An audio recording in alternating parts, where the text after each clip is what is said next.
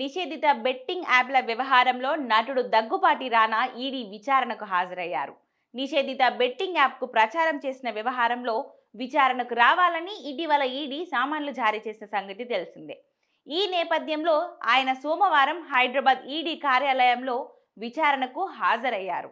Betting app నుంచి తీసుకున్న పారితోషికం, కమిషన్లపై రానాపై ఈడీ అధికారులు ప్రశ్నల వర్షం కురిపించారు.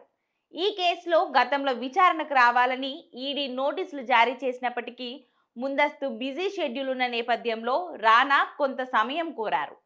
అందుకు దర్యాప్తు సంస్థ అంగీకరించి ఆగస్టు 11న హాజరు కావాలని సామాన్లు ఇచ్చింది. ఇప్పటికే ఈ కేసులో నటులు ప్రకాష్ రాజ్, విజయ్ దేవరకొండను ఈడీ అధికారులు ప్రశ్నించారు. ప్రకాష్ రాజ్ను 6 గంటలు, విజయ్ దేవరకొండను 4 గంటల పాటు విచారించారు.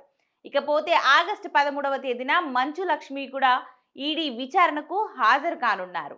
ఇదిలా ఉండగా ఇదివరకే ఈ బెట్టింగ్ యాప్ ప్రమోషన్లో భాగంగా ప్రకాష్ రాజ్ ఈడీ అధికారుల ముందు హాజరైన విషయం తెలిసిందే. ఇకపై తాను ఎలాంటి బెట్టింగ్ యాప్స్ ప్రమోట్ చేయనని, హానికరమైన వ్యవహారాల ప్రమోషన్ల విషయంలో అసలు జోక్యం చేసుకోబోనని విచారణ అనంతరం మీడియాతో తెలిపిన విషయం తెలిసిందే. మరోవైపు ఈ బెట్టింగ్ యాప్ ప్రమోషన్లో భాగంగా ఈడీ విచారణకు హాజరైన విజయ్ దేవరకొండ కూడా పలు కమెంట్లు చేశారు. తాను ఎలాంటి బెట్టింగ్ యాప్స్ను ప్రమోట్ చేయలేదని, తాను ప్రమోట్ చేసింది కేవలం గేమింగ్ యాప్లను మాత్రమేనని, అన్ని అనుమతులు లీగల్గా కొనసాగుతున్న గేమింగ్ యాప్ ప్రమోషన్లో మాత్రమే తాను పాల్గొన్నానని విజయ్ దేవరకొండ క్లారిటీ ఇచ్చారు.